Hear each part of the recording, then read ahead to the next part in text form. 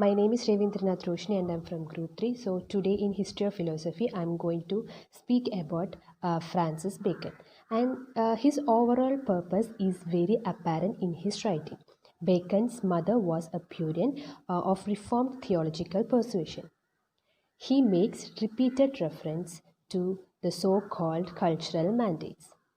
His thinking of the task of philosophy, science, the intellectual in terms of creation, sin, and retention.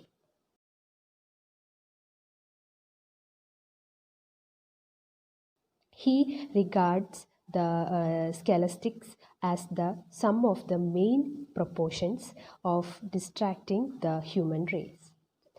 This scholastic dispute helps us to not at all in enriching human lives and in transforming society through human knowledge.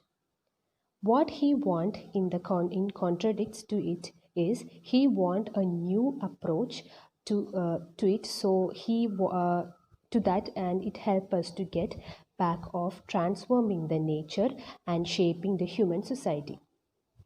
What Bacon done is to see philosophies not as an ancilla theology but as a society or working for good human condition.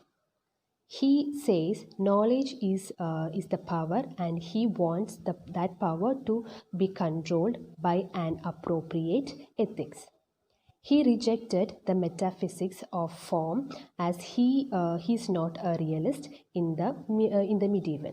Then he is turning to empirical science, which aim to discover forms, and it gives him concern to develop appropriate inductives,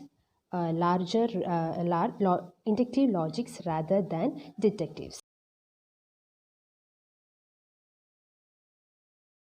Then next he want the empirical science that is dealing with the force in material world, and knowledge is of instrumental value, and he doesn't see the read to the truth. The constant reference with Scottish realism is to the Bacon's view of science, that is, science of completely objective, and the science is purely empirical, and the science is which has no preposition. He identifies four kind of ideals. First is ideal of tribe, and second is ideal of cave, and third is ideal of marketplace, and fourth is ideal of theatre. And in theatre he distinguished three kind of philosophy. First is sophistical philosophy, second empirical philosophy, and third superstition philosophy. Sophistical philosophy was given by Aristotle, and empirical philosophy was by Gilbert, and superstition philosophy, which is a mixed with religion, was given by Pythagoras and Plato. Next is the positive side of his inductive method, that is, he does table as a way of indicating observation. He talks about the table of presence, the table of absence, and the table of degree. He was very much involved in British politics, and he was the beginning of the new philosophy. I am Kaippadath Sandra from third group. Today I am going to speak about the Descartes' meditations. He has 6 meditation. The theme of the first is simply I doubt, where he is recognizing the kind of problems which have given rise to the skepticism at that day as well as the earlier centuries. The lack of individual certainty, and that leads to the meditation 2 to draw the inference I doubt, therefore I exist. I exist as a thinking, doubting thing. That will lead in meditation 3 to the further assertion that God exists.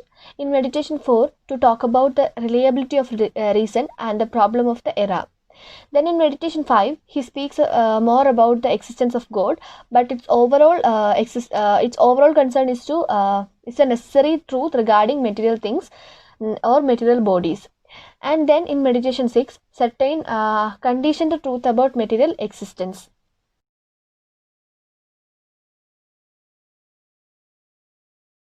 And there is a continuity of thought, as you would expect in the light of what we were saying. The method is that of a deductive system. So what he is trying to do is to establish unusual axioms, and then by means of series of proofs draw one conclusion after another. So you have an extended chain of reasoning which runs in linear fashion, always through meditations. This is not a series of independent topics. It's a logically deducted system of thoughts. In meditation 2, that he pulls, as you can see, that the famous thing which is so often quoted, I think, therefore I exist. What he included in cogito within the simple statement I think includes doubting, perceiving, imaging, affirming and denying. In fact, any kind of conscious state or conscious activity. Another observation among the things which he includes the thinking are both content of consciousness and the act of consciousness.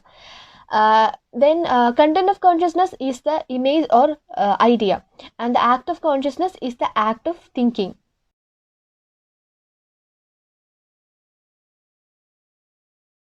Until meditation 6, he couldn't prove even he has a body, because he didn't have any way of proving the existence of any material things logically until that point, having begun complete skepticism or complete doubt.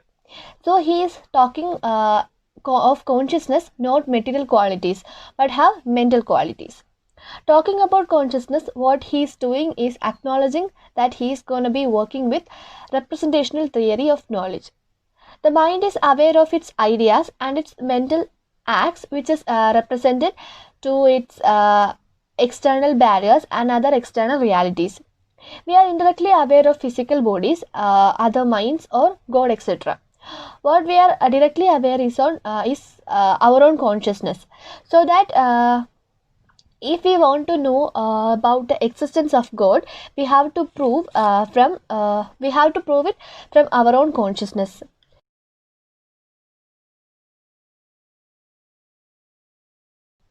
Solipsism is the present moment of consciousness. Thomas Hobbes asked him, why shouldn't a thinking thing a body? He assuming that the brain that does the thinking, rather than some kind of immaterial soul.